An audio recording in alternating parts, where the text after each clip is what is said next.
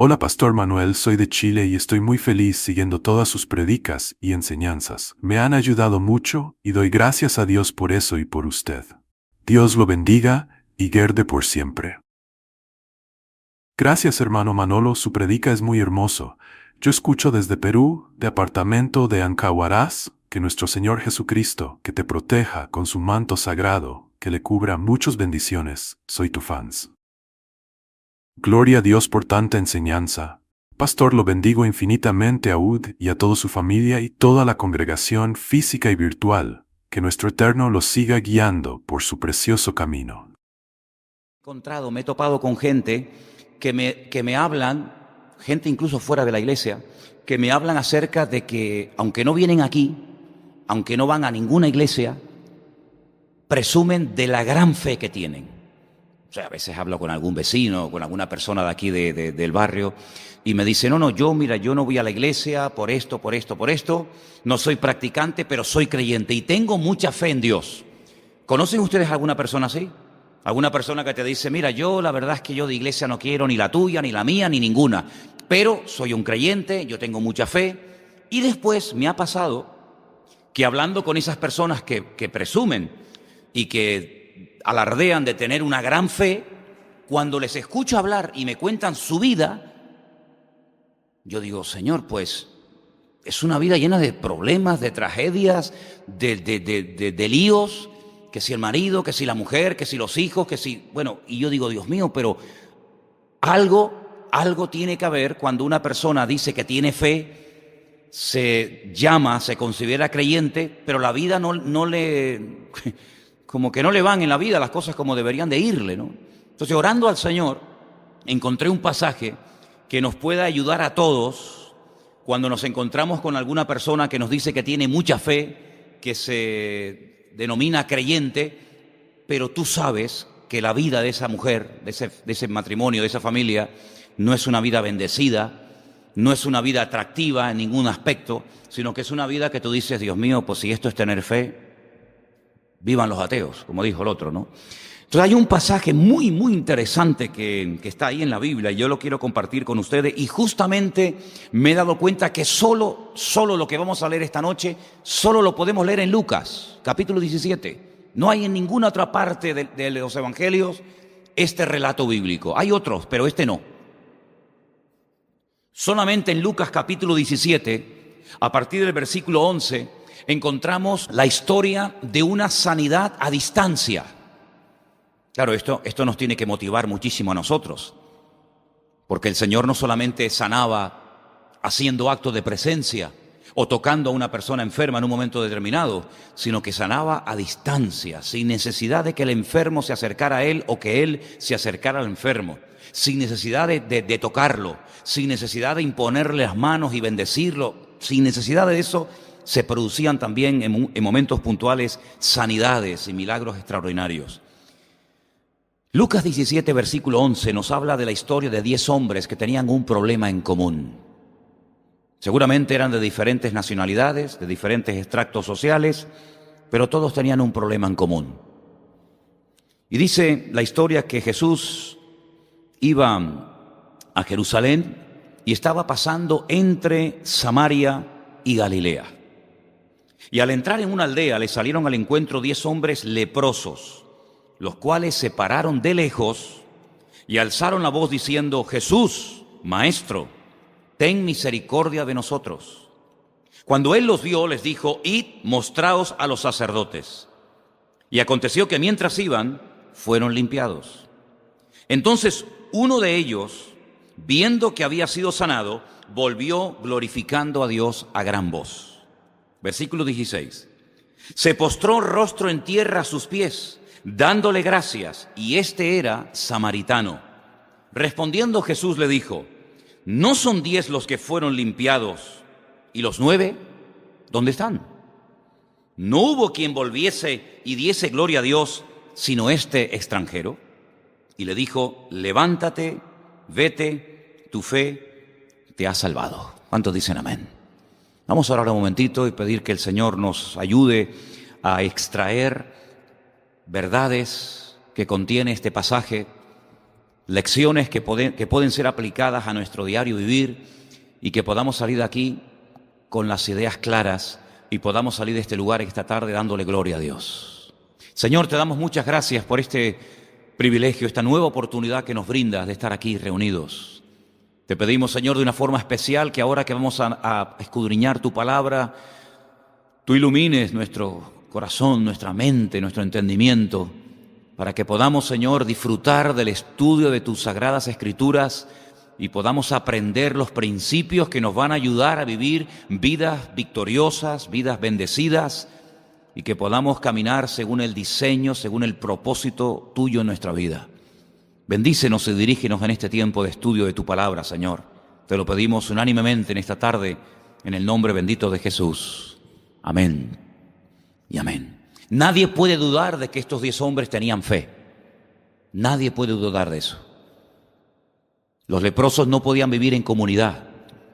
Según la ley, los leprosos, puesto que tenían una enfermedad contagiosa, tenían que dejar, en el caso de que estuvieran casados, sus esposas, sus hijos, sus maridos, en el caso de que fueran mujeres, tenían que dejar sus negocios, sus propiedades y marcharse a lugares lejanos donde no habitara nadie, puesto que, como acabo de decir, la lepra es una enfermedad tremendamente contagiosa y destructiva.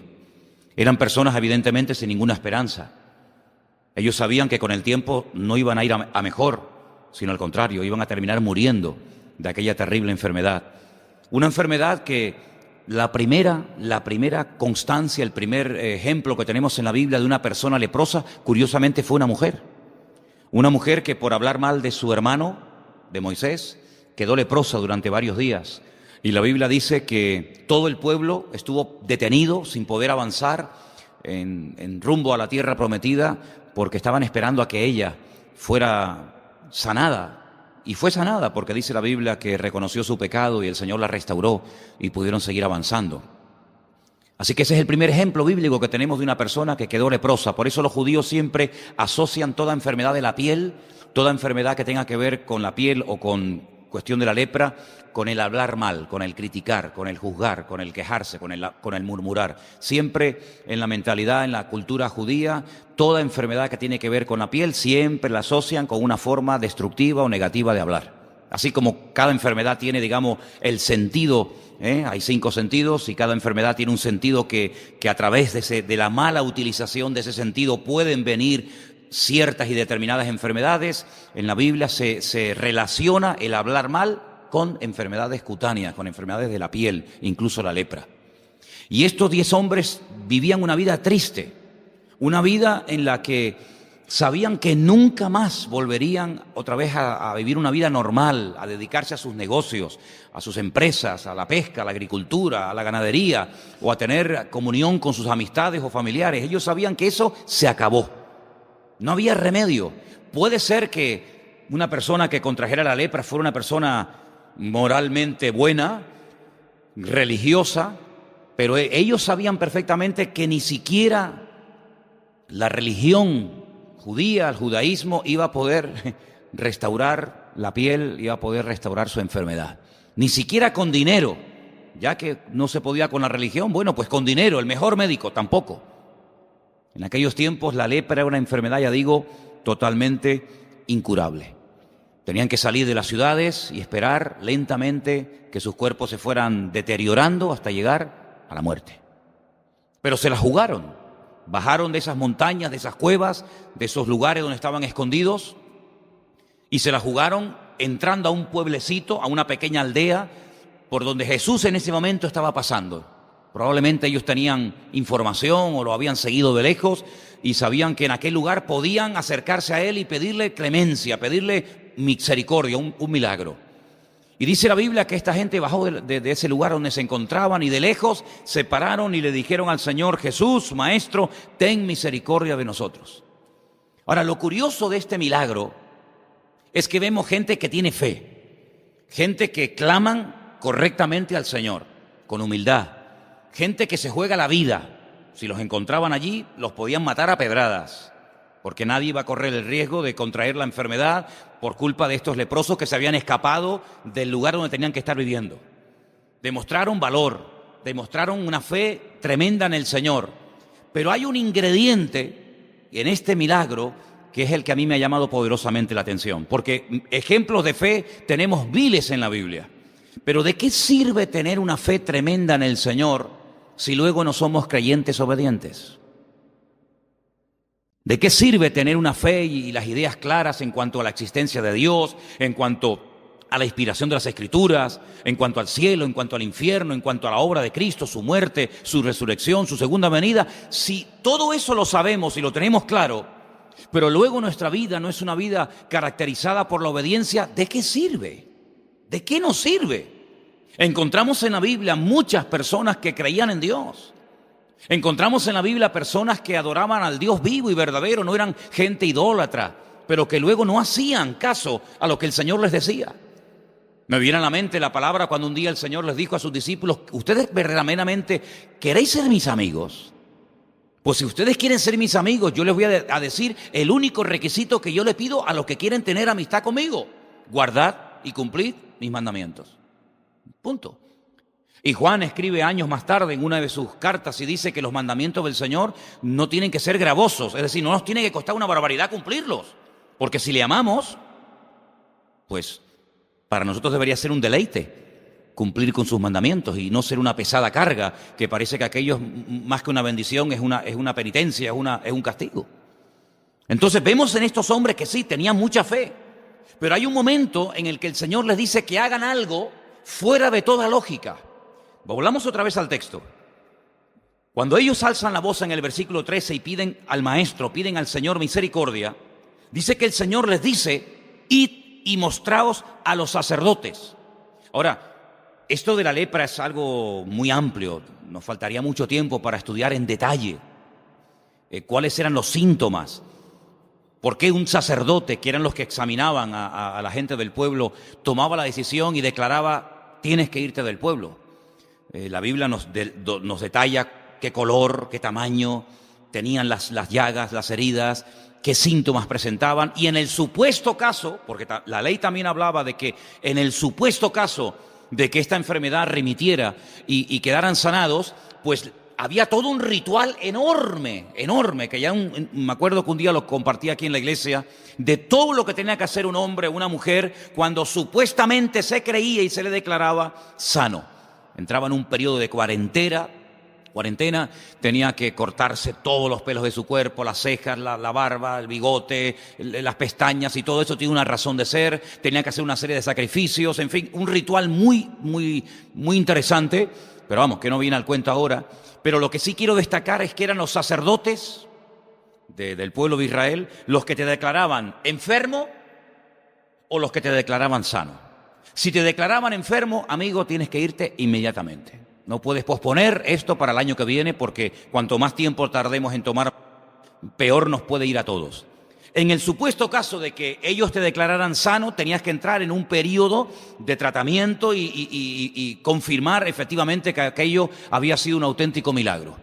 Ahora, si notamos el pasaje, lo hemos leído ya detenidamente, notamos que cuando el Señor le dice a los leprosos: id y mostraos a los sacerdotes, les está dando una orden. Pero ellos no han sido sanados. Ellos no han visto sus manos, sus heridas, sus cicatrices, y han visto que automáticamente han desaparecido. Y bueno, pues tenemos que ir, lógicamente, porque tú dices que has sido sanado, pero el que te tiene que declarar sano son los sacerdotes. No es que mañana te vas otra vez a vivir a la casa con tu mujer o con tus hijos, sino que tienes que pasar previamente por la consulta del sacerdote. Y cuando uno ha sido sanado o cree que ha sido sanado, el ir al sacerdote pues es lógico. Pero es que ellos no han sido sanados. Cuando ellos reciben la orden de id y mostraos a los sacerdotes, es un acto de obediencia. Ya la fe la han demostrado. Por eso han bajado de la montaña, por eso han clamado al Señor, por eso han ido al Señor y no han ido a otra persona. Todo lo han hecho bien. Pero ahora viene el momento de demostrar que ustedes no solamente son gente de fe, sino que son gente obediente. Y cuando se asocia, cuando se mezcla, se junta la fe y la obediencia, amigo, cualquier cosa es posible. El milagro no se produjo instantáneo, como otros tantos, sino dice, mientras iban, fueron sanados. Es decir, cada paso que daban los iba acercando más al cambio, los iba acercando más al milagro. En nuestra vida ha habido cambios que se han producido radicalmente, ¿sí o no? Algunos sí, en unos más, en otros menos.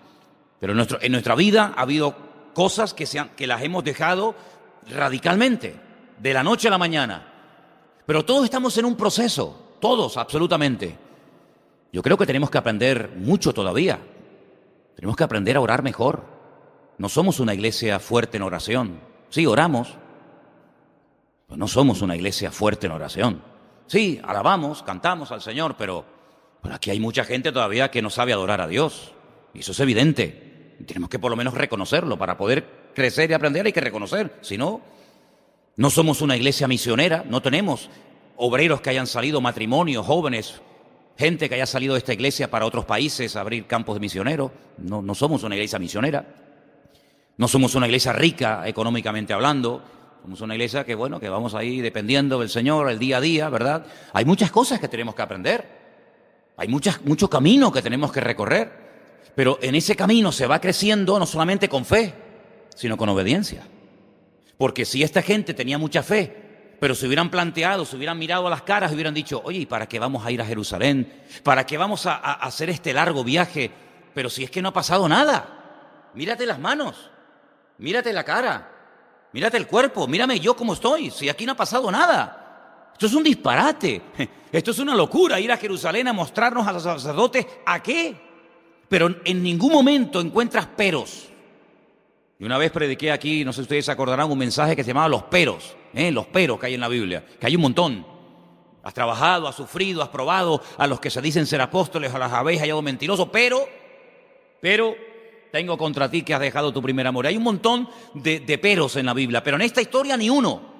En esta historia no encuentras a uno solo, de los 10 a uno que dijera, oye, esto es un disparate, Esto no será un emocionalismo, ir a mostrarnos a los sacerdotes, pero vamos a esperar primeramente cambiar, vamos a esperar primeramente ver cambios significativos y entonces vamos a Jerusalén. Pero ir sin ver cambios me parece un disparate. ¿Sabes que en la vida hay creyentes que actúan así?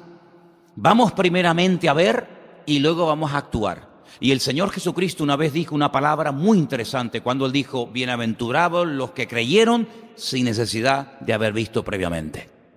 Por lo tanto, en nuestra vida no solamente tenemos que potenciar y utilizar la fe es un ingrediente y un elemento indispensable, hasta el punto que el Señor dice, sin fe, ya lo sabéis, lo que dice el texto, es imposible agradar a Dios.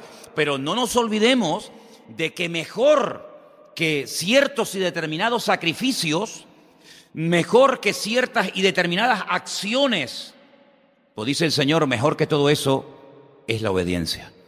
Porque cuando nosotros estudiamos en su día la vida del primer rey de Israel, de Saúl era un creyente, Saúl no era un ateo, Saúl era creyente. Y hay momentos puntuales en los que él va a pedir consejo del profeta Samuel. Y hay momentos en los que hasta se le ve profetizando. Pasó por una persona espiritual, no lo era, pero en ese momento, bueno. Pero sin embargo, la característica fundamental de Saúl es que era un desobediente. Cuando el Señor le da la orden de ir y exterminar a Amalek, de no dejar nada, para llevárselo al pueblo, y cuando al día siguiente va Samuel y le dice, oye, pero no te dije yo que no tenías que traer ni ovejas, ni bueyes, ni nada, ¿esto qué es? Y le echa la culpa a los demás. No, es que el pueblo lo perdonó. No, el pueblo y tú lo has perdonado. Porque si el pueblo en un momento determinado cogió cosas y tú ves que las han cogido, pues para eso estás tú, para decir, no, hoy no se puede coger nada. Pero tú lo has consentido, por lo tanto eres copartícipe de la desobediencia del pueblo. Luego, viendo que por ahí no le van bien las cosas, cambia y entonces lo que dicen, bueno, es que hemos perdonado, el pueblo ha perdonado lo mejor del rebaño para presentarlo en sacrificio al Señor. Y es cuando el profeta Samuel le dice, pero mira, qué sacrificio, pero si lo que tú has hecho no tiene justificación alguna. Es decir, tú puedes presentar 20.000 sacrificios, pero sigues siendo un desobediente. Y mejor que los sacrificios es obedecer al Señor. Y vemos que es una persona que tenía un potencial tremendo, pero echó a perder su vida porque era un desobediente, no porque era un ateo, era un creyente, pero un creyente desobediente. El otro día, cuando teníamos la reunión por Skype con los hermanos de Israel, les compartí acerca del libro de Jonás. Sí, era un profeta de Dios, un profeta verdadero. Hombre, tan verdadero era que el Señor lo llama para que vaya a una ciudad a predicar la palabra, pero se niega, no quiere ir. Va al lado contrario. ¿Por qué? Porque es un profeta desobediente. Luego, incluso una persona puede estar en el ministerio, llamarse pastor, apóstol, profeta o lo que sea, y ser en el fondo un desobediente. Incluso hasta vimos en el libro que se enfada con el Señor cuando la ciudad se convierte. Y el Señor, lógicamente, cuando ve que se han convertido y se han arrepentido de corazón, pues los perdona. Y entonces salta Jonás y dice: ve, yo lo sabía. Yo lo sabía que tú eres un Dios misericordioso y clemente, lento para la ira, grande en misericordia, y yo sabía que los ibas a perdonar. Y está diciendo, en otras palabras, es que yo quería que los condenaras. Yo no quería que se arrepintieran y tú los perdonaras. Entonces, ¿pero qué tipo de profeta es ese? ¿Qué tipo de predicador es ese que se convierte en una ciudad entera y se enfada? Entonces, ¿qué es lo que tú querías? Pues que le viniera el palo encima. Y me llamaba la atención que cuando el Señor confronta a Pedro, en aquella conversación que tiene con él en el mar de Galilea, y le dice: Pedro, ¿tú me amas? Y le dice: sí, Señor, tú sabes que yo te amo. Y muchas veces cuando hablamos de este encuentro, de este momento de restauración, pues decimos lo que acabo de decir yo ahora. Pero es que realmente no dijo eso exactamente el Señor, sino que le dice: Pedro, hijo de Jonás. Y ahí nos damos cuenta de que el padre de Pedro se llamaba Jonás. Y lo menciona 3 veces. La primera vez que vemos que Pedro, o que el Señor menciona el nombre del padre de Pedro, como diciendo que eres hijo de Jonás. Y Jonás, sabéis que en vuestra cultura y en vuestra historia bíblica, pasó a la historia como el profeta rebelde, como el profeta desobediente, como el profeta que prefirió que lo tiraran por la borda y morir ahogado antes de reconocer que estaba haciendo su voluntad y que se estaba rebelando en contra del Señor, y que se enfada con el Señor cuando la gente cambia de vida y se convierte. Hijo de Jonás, que tú estás actuando con el espíritu de Jonás. Y cada vez que en nuestra vida hay un acto de rebeldía, cada vez que en nuestra vida, pues claro, negar la fe sería un disparate, sería una apostasía el negar la fe. Eso no lo vamos a hacer, Dios nos libre. Pero desobedecer es mucho más fácil que ser un apóstata. Porque ¿cómo voy a apostatar de la fe? ¿Cómo voy a negar a Cristo que me salvó y me redimió con su sangre? ¿Cómo voy a apostatar de la salvación? Es una cosa impensable. Pero ¿y cuántas veces hemos desobedecido, hermanos? Parece como que no le damos tanta importancia. Sí, el apóstata, oh, madre mía, negó al Señor, traicionó al Señor, vendió al Señor. Y eso lo elevamos a la máxima potencia. Pero es que hay algo peor. Y es ser un creyente desobediente. Y dice el Señor que para Él eso es algo tremendamente, es terrible. Y el Señor no permitió bajo ningún concepto que este hombre siguiera en el trono por ser un desobediente. Luego, lo que para nosotros a lo mejor no es tan grave, para el Señor es gravísimo. ¿Te das cuenta? Y también lo que para nosotros puede ser algo terrible, pues el Señor a lo mejor no le da tanta importancia como tú y yo le damos en alguna ocasión. Así que en este pasaje vemos esa combinación extraordinaria: fe y obediencia. Y mientras iban, dice la Biblia, que fueron sanados. Sanados a la distancia, sanados progresivamente. Y algo muy importante que se da aquí. Y es que de los 10, solamente uno, vamos a leerlo otra vez, solamente uno volvió al Señor. Entonces uno de ellos, versículo 15, viendo que había sido sanado, volvió glorificando a Dios a gran voz. Se postró, rostro en tierra a sus pies, dándole gracias, y este era samaritano. Del que menos se esperaba, al final fue el que les dio un ejemplo a todos los demás.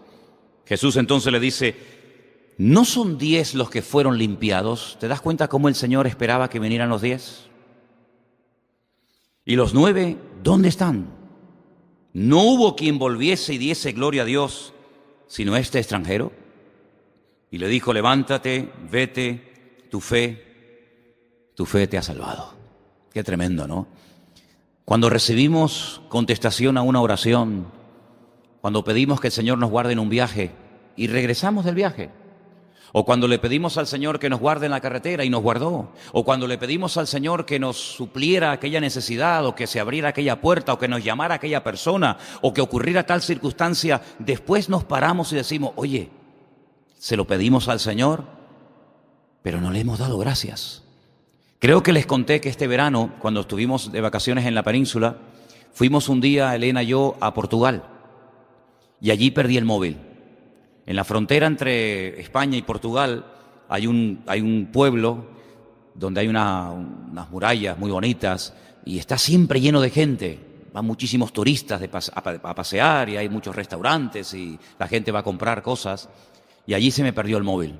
Y bueno, cuando me di cuenta que había perdido el móvil con todos mis datos y los teléfonos y todo, pues uno dice, Señor, ¿y qué hago?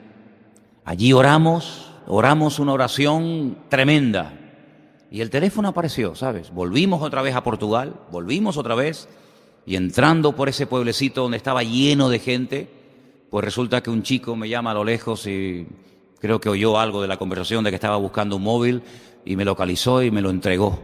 Y fue un milagro. Pero después nos tuvimos que parar y decir, con la misma intensidad con la que te clamamos y te pedimos que nos ayudaras en este problema, con la misma intensidad tenemos que dar gracias al Señor. Lo que no puede ser es que pataleemos, lloremos, nos tiremos al suelo, gritemos, nos revolquemos, pidamos todo tipo de misericordia y todo tipo de verdad, de gestos y de palabras, y luego a la hora de recibir la respuesta seamos incapaces de decir gracias, Señor, porque aquello se resolvió porque tú interveniste, porque tu nombre fue glorificado y tenemos que ser personas agradecidas. En este pasaje que vemos aquí, que como dije al principio solamente lo encontramos en Lucas, vemos 10 personas desesperadas, pero personas que no tiran la toalla, personas que caminan en una buena dirección, no van a cualquier persona de la época a pedir ayuda, sino van al Maestro, van al Señor, claman correctamente, demuestran su fe, esperan un resultado. El resultado tal vez no fue el que ellos esperaban, ser sanados inmediatamente, pero bueno, es otro sistema. El Señor nos ha dicho a nosotros, hemos oído que una vez le puso la mano encima a un leproso y lo sanó instantáneamente. Bueno, gloria a Dios, pero en nuestro caso el Señor nos pide algo diferente. Por eso, qué importante es descubrir la forma como el Señor quiere tratar con mi vida. No copiar, no imitar, no envidiar la forma como Dios trata a fulano o a mengano, sino tú y el Señor y tú, descubrir la forma particular y privada como el Señor te trata a ti como hijo y como hija suya. Un acto de obediencia. ¿A dónde quieres que vayamos? ¿A Jerusalén? ¿Dónde estaban? El capítulo empieza, o la historia dice, yendo a Jerusalén, pasaba entre Samaria y Galilea. Entre Samaria y Galilea ocurrió esto, en un pequeño pueblo, en una pequeña aldea. Y tenemos que ir a Jerusalén. Perdonen, pero ¿y esta pateada? ¿Para qué? ¿No nos puede sanar aquí? ¿Para qué tenemos que ir a Jerusalén? A lo mejor 5 horas caminando, 4 horas, no sé. Horas caminando. Pero es lo que el Señor nos pide a nosotros. Es lo que el Señor nos está pidiendo a cada uno de nosotros. Yo pregunto, ¿estamos dispuestos a obedecer al Señor en lo que nos pide? ¿Por qué a veces somos tan testarudos y cuestionamos y retrasamos lo que sabemos que en el fondo tenemos que hacer? ¿Por qué? Porque todos dentro de nosotros tenemos un espíritu de rebeldía. Porque todos dentro de nosotros cuestionamos muchas veces lo que no tenemos jamás que cuestionar. Si el Señor nos dijera, ¿queréis que yo te ayude, que responda a tus oraciones? Vete caminando esta noche al Teide de rodillas. Sí, pero Señor, ¿cómo es esto? ¿Pero te imaginas que el Señor nos dijera a nosotros hoy en día esto? ¿Te imaginas que el Señor nos pusiera barro en los ojos y nos dijera, vete a la playa de las Teresitas y cuando llegues allí te bañas? Es un disparate, es una locura. ¿Te imaginas que el Señor nos dijera, ¿quieres que te dé la petición que tienes tanto delante de mi presencia? Pues lo que tienes que hacer es irte caminando de aquí a Weimar. Y mientras vas caminando, ahí vendrá la respuesta. El Señor a nosotros no nos ha pedido esto. Yo creo que somos la generación en la que nunca nos lo ha puesto tan fácil a los creyentes el Señor el obtener respuestas a nuestras oraciones. Y yo veo en la Biblia que hay momentos en los que la gente tiene que hacer un esfuerzo. Aquí tenemos un ejemplo. El pobre ciego que lo manda caminando al quinto pino de Jerusalén, teniendo un estanque al lado que como es el de Betesda. Yo veo en la Biblia que hay momentos en los que el Señor le pide a personas cosas que yo no sé, con toda honestidad, si me las pidiera a mí, si yo las haría. Mira tú, por ejemplo, a Abraham, que vive en el sur de Israel, y le dice que sacrifique a su hijo, y no lo puede sacrificar allí en la puerta de su casa. 3 días caminando, hermano. 3 días caminando. Y 3 días después de vuelta. Para subir a un monte a sacrificar a su hijo. Pero bueno, ¿y qué más da matarlo aquí que matarlo allá? Que matarlo en la puerta de mi casa, que matarlo encima de la cama. No cuestiona. Sino se levanta bien temprano a la mañana, se pega 72 horas caminando. Un señor ya mayor. Que podía decir, pero señor, pero yo tengo otras cosas que hacer. Tengo criados, tengo una mujer, tengo otras cosas que hacer en la vida. 3 días caminando. Pero él aprendió a obedecer a Dios. Y aprender a obedecer cuando lo tenemos claro, o cuando nos va a favor de la corriente, o cuando nos gusta, eso no cuesta nada. Pero yo creo que nuestro nivel de madurez se demuestra no tanto por la fe que tenemos. Porque fe, si no tenemos a estas alturas fe, menudo problema tenemos. Yo creo que el problema que tenemos hoy en día los cristianos no es tanto con la fe, sino con la obediencia. Porque la fe es como algo abstracto, ¿no? Decimos que tenemos fe y no tengo que hacer nada para demostrar que la tengo. Pero la obediencia, sí tenemos que hacer una serie de cosas para demostrar que verdaderamente somos creyentes obedientes. Y es ahí donde se marca la diferencia. Porque una fe que no actúa en obediencia es una fe muerta. Entonces puede ser, no digo que siempre sea así,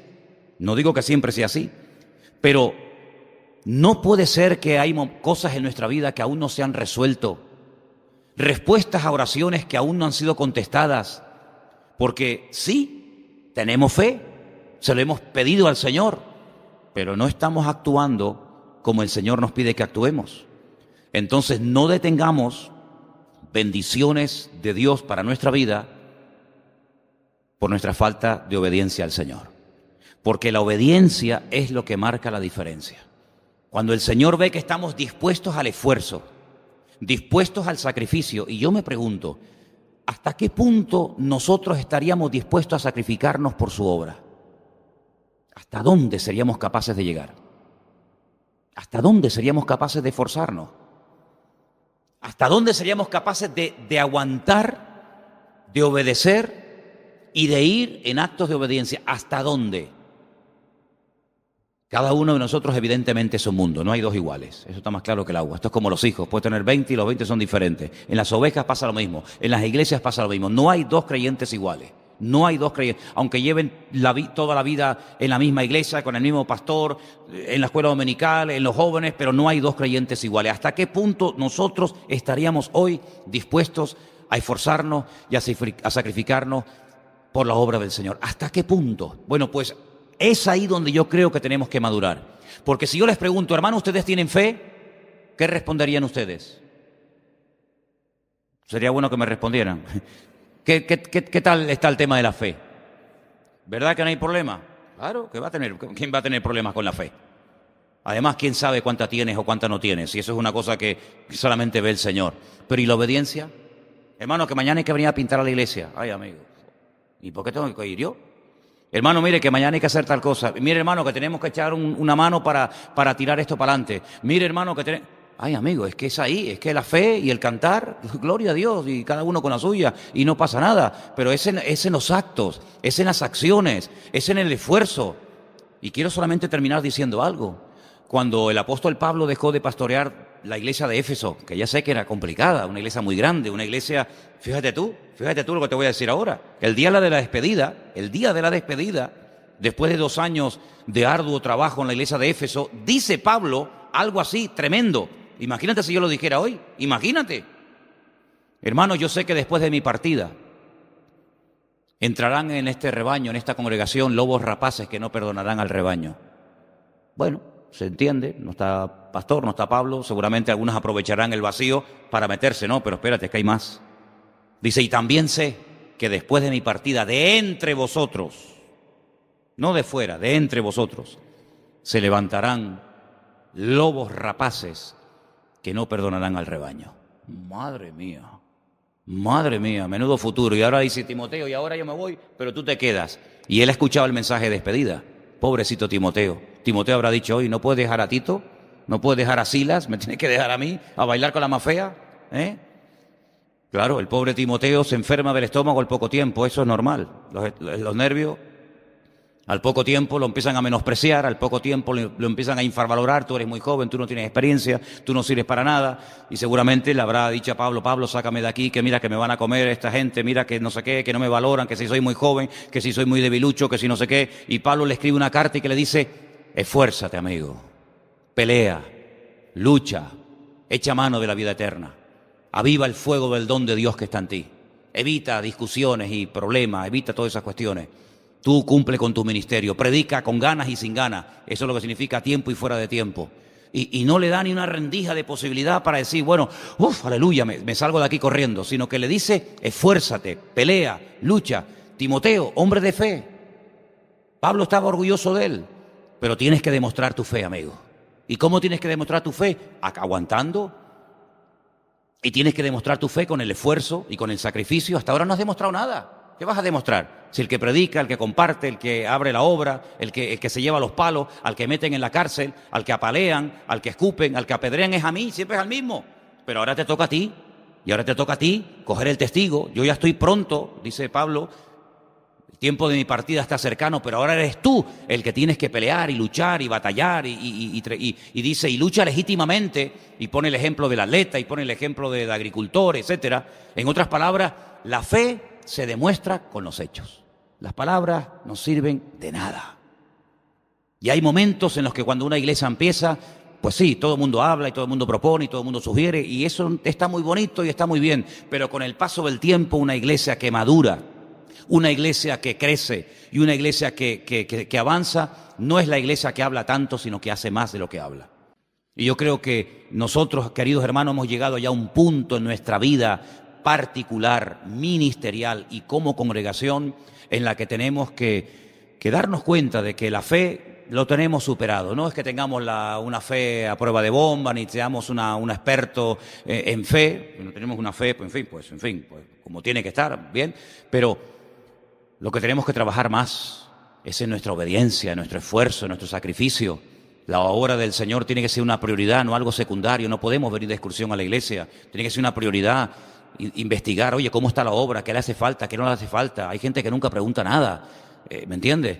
Venir a escuchar sermones, predicaciones, gloria a Dios, está muy bien, oye, encantado de la vida, pero somos una familia, en la familia se pagó la luz, mamá, se pagó el agua, que no, pues mira, los zapatos al niño se le quedaron pequeños, bueno, pues vamos a hacer una colecta para comprar los zapatos a tu hermano menor, que pues mira, los libros de la niña no se han podido comprar, y ¿qué falta? Pues mira, la maletita de la escuela de la niña se estropeó. En una familia hay que hablar, hay momentos en los que sí, comemos, vemos la televisión, vemos una película, vamos a la playa juntos, está muy bonito, pero en una familia hay que sentarse y decir, aquí hay que arremar el hombro, ¿eh? ¿Cuántos años tiene este? No, tiene 30. Hijo, ya tienes que aportar, aquí no puede estar aquí a la sopa boba, que papá lo pague todo o que el abuelito venga, ¿verdad? Pues en una iglesia exactamente igual, hermano. En una iglesia tenemos que arrimar el hombro, no solamente venir a comer. Una vez oí un predicador, no es una frase mía, no sé si es así 100%, yo solamente lo digo, pero una vez escuché a un predicador que dijo algo así como, a nadie se le ocurriría ir a un restaurante, sentarse a comer, pedir la comida, comer de maravilla y no pagar. A nadie se le ocurriría. Eso sería un delito, vamos. Imagínate que llega el camarero y te dice, mire, son, no sé, 70, 80, 90, 100 euros. Pues mire, yo he comido muy bien, felicita al cocinero, ha sido una comida excelente, el servicio maravilloso, pero no le voy a pagar. Ah, ¿no? ¿Por qué? ¿Por qué no? No le voy a pagar. Qué interesante, ¿no? Qué interesante. Ir a un restaurante, o irte aquí al Corte Inglés, o irte a una tienda, ponerte la ropa, los zapatos, camisa, pantalón, la corbata, y decir, miren, me encanta cómo me queda, de verdad que... pero no lo voy a pagar. En la obra del Señor muchas veces nos acostumbramos a vivir única y exclusivamente de la gracia de Dios. Señor, dame, dame, dame, dame y dame. Y no es que nosotros tengamos que pagarle al Señor. ¿Qué le voy a pagar yo al Señor? Pero sí tenemos que partir de la base de que el Señor ha puesto bajo nuestra responsabilidad su obra aquí en la tierra. Cuando el apóstol Pedro le dijo 3 veces, Señor, tú sabes que yo te amo. Muy bien, si usted dice que me ama, yo ahora te voy a poner a prueba. Apacienta mis corderos, apacienta mis ovejas, atiende a mi rebaño. Si me amas, ahora tienes que demostrarlo. Decirlo no cuesta nada. Decirle a tu esposa o a tu marido, te amo, cariño, eso no cuesta nada. Te amo, ya está. ¿Verdad? Te amo. Pero amigo, es la convivencia, es el trato diario, es el aguantar, es el colaborar, ¿verdad? En la obra del Señor, el decir te amo no cuesta nada. Hay canciones, nosotros tenemos algunas canciones donde creo que sale la frase, yo para las letras de las canciones soy muy malo, pero creo recordar que tenemos varias canciones en las que le decimos al Señor te amo. Perfecto. Pero no solamente hace falta expresar nuestra fe al Señor, hace falta expresar nuestra obediencia al Señor. Y es ahí donde las iglesias marcan la diferencia. Pasar de la teoría, pasar a la práctica. Y quiero ya terminar diciendo algo. Si los 10 leprosos hubieran dicho, no vemos sentido, no le veo importancia a esto de ir a Jerusalén a mostrarme a un sacerdote, ¿para qué? Esa gente, créanme, se hubieran vuelto a su cueva o a su montaña donde vivieran exactamente igual de leprosos. Pero no igual, sino peor, porque tuvieron la oportunidad de su vida y la dejaron escapar. Yo creo que como creyentes se nos presentarán, no digo todos los días, sería tal vez una exageración por mi parte, pero yo creo que de vez en cuando a lo largo de la vida, del camino, se nos presentan oportunidades. Y esas oportunidades que se nos presentan en la vida tenemos que saber aprovecharlas, porque si las aprovechamos, actuamos con fe y con obediencia, yo creo que el Señor nos bendecirá y el Señor nos va a sorprender y se abrirán nuevos campos y nuevas puertas que de otra manera permanecerán cerradas durante mucho tiempo. Por lo tanto, vamos a echar mano de la fe, amén, hermanos, pero vamos también a obedecer al Señor en todo cuanto Él nos pida. Oportunidad que se nos presente para hacer algo, para lo que sea, vamos a arrimar el hombro, vamos a decirle, Señor, te amo, pero cuenta conmigo. Señor, tengo fe en ti, pero también te obedezco. Porque ¿de qué sirve tener mucha fe si después nuestra vida no es una vida de obediencia y de acatar 100% la palabra del Señor? ¿Estamos de acuerdo, hermanos? ¿Estamos de acuerdo? ¿Lo ves así? ¿Lo ves así o no? ¿Algo que discrepar? ¿Lo ves así? ¿Que la obediencia y la fe y la obediencia tienen que ir juntos? No puede ir uno por un lado y otro por otro. Si los logramos juntar, estamos en ello, estamos aprendiendo. Pero si logramos juntar la fe y la obediencia, bendito sea Dios, esto va a ser una maravilla para nuestra vida siempre, ¿vale? Entonces, los que son padres y madres aquí, ¿verdad? Que ya hay unos cuantos. ¿Los niños nacen aprendidos y la vida los echa a perder? ¿O la vida o los niños nacen sin aprender y somos nosotros los que tenemos que enseñarles? ¿Cómo es la cosa? Es al revés, ¿no? ¿Qué tenemos que enseñarle a un niño? ¿A obedecer o a desobedecer? ¿Por qué no se le enseña a un niño a desobedecer? Porque ya lo sabe. Ya te aseguro, y cuando seas padre o madre vas a decir, oye, es increíble, no hay que enseñarle a desobedecer, ya lo saben hacer, hay que enseñarle a obedecer. Bueno, pues como recién nacidos en Cristo, como hijos del Señor, el Señor no nos tiene que enseñar a desobedecer, ya sabemos hacerlo, y muy bien, lo que nos tiene que enseñar el Señor a nosotros es a obedecer su palabra. Vamos a orar en esta tarde, ahí donde estás, cierra un momentito tus ojos, y vamos a pedirle al Señor que nos ayude como estos 10 leprosos, a depositar nuestra fe en Él, cosa que gracias al Señor lo tenemos claro, pero también a obedecerle.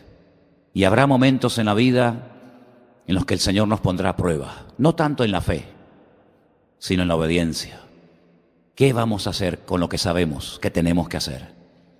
Señor, te damos muchas gracias porque tu palabra es tan rica, tan variada, tan clara, Señor, que nos muestra siempre las formas y las maneras como tenemos que actuar en nuestra relación contigo.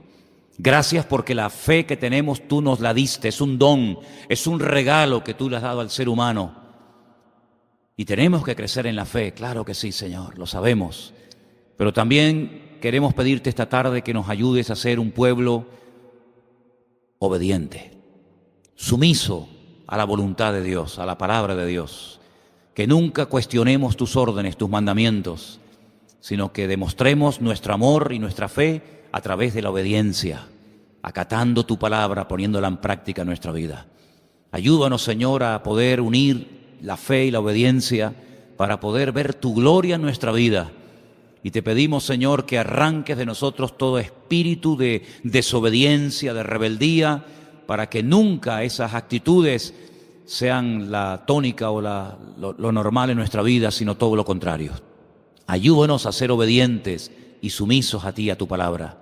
Y te damos gracias porque sabemos que lo que te pedimos, tú estás muy interesado en concedérnoslo. Y por eso te damos gracias porque sabemos que tú, Señor, nos vas a ayudar a crecer en fe y a crecer en obediencia. Y recibe toda la gloria y la gratitud de nuestra parte en esta tarde, en el bendito nombre de Jesús. Amén.